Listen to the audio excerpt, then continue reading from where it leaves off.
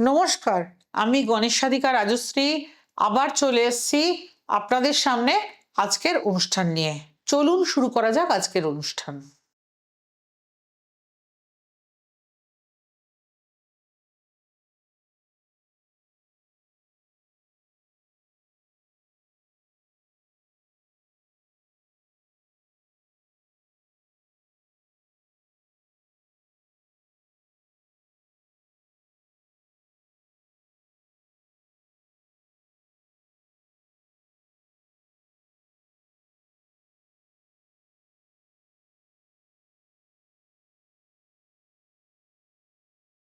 গ্রহদের সেনাপতি মঙ্গল ডিসেম্বরের প্রথম সপ্তাহে রাশি পরিবর্তন করতে চলেছে।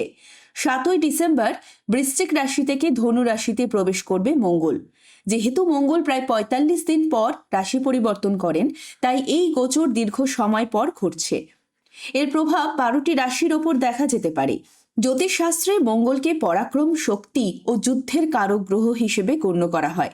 তাই তার গোচর সবসময় এই ক্ষেত্রগুলিকেই প্রভাবিত করে। এই সময় কিছু রাশির বিশেষ সুবিধা হয়, আবার কিছু রাশির সমস্যাও বৃদ্ধি পায়। তাই জাতকদের কর্মজীবন, চাকরি এবং সম্পত্তি সম্পর্কিত কাজে বাধা আসে।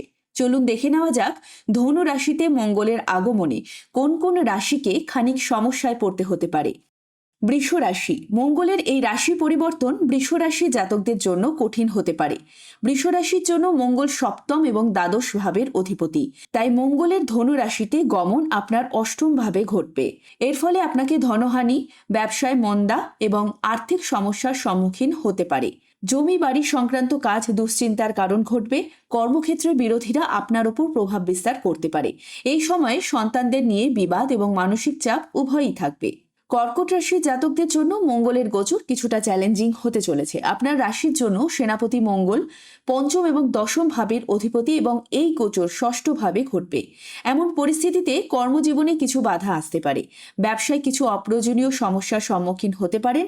কর্মক্ষেত্রে অপমানের শিকার হওয়ার আশঙ্কা রয়েছে। এই সময় প্রতিযোগিতামূলক পরীক্ষার পরীক্ষার্থীদের অতিরিক্ত পরিশ্রমের প্রয়োজন হবে। কাঙ্ক্ষিত ফল পেতে ধৈর্য ধরতে হবে। স্বাস্থ্যের বিষয়ে চিন্তা বাড়বে এবং পেটে সমস্যা দেখা দিতে পারে। মকর রাশির জাতকদের দ্বাদশভাবে এই গোচর হবে। এর ফলে খরচের পরিমাণ আয়ের চেয়ে বেশি বাড়বে। চাকুরিজীবীদের এই সময়কালে আরও বেশি সমস্যার সম্মুখীন হতে পারে। লক্ষ্য পূরণের জন্য আপনাকে অনেক বেশি ব্যস্ত থাকতে হবে। যে কোনো কাজ সম্পূর্ণ করতে কঠোর পরিশ্রম এবং প্রচেষ্টা অপরিহার্য। বেকারদের কর্মসংস্থানের জন্য আরও কিছুটা অপেক্ষা করতে হতে পারে। নিজের কথা ও আচরণে নিয়ন্ত্রণ রাখা জরুরি। প্রেম জীবনে সম্পর্ক খারাপ হওয়ার আশঙ্কা থাকবে। কেমন লাগলো আজকের অনুষ্ঠান? যদি ভালো লেগে থাকে তবে আমার ইউটিউব চ্যানেল গণেশ সাধিকা রাজশ্রীকে সাবস্ক্রাইব করে রাখুন। বেল আইকনটি প্রেস করলে নিত্য নতুন অনুষ্ঠানের নোটিফিকেশন সবার আগে দেখতে পাবেন। ভালো থাকুন, সবাইকে ভালো রাখুন।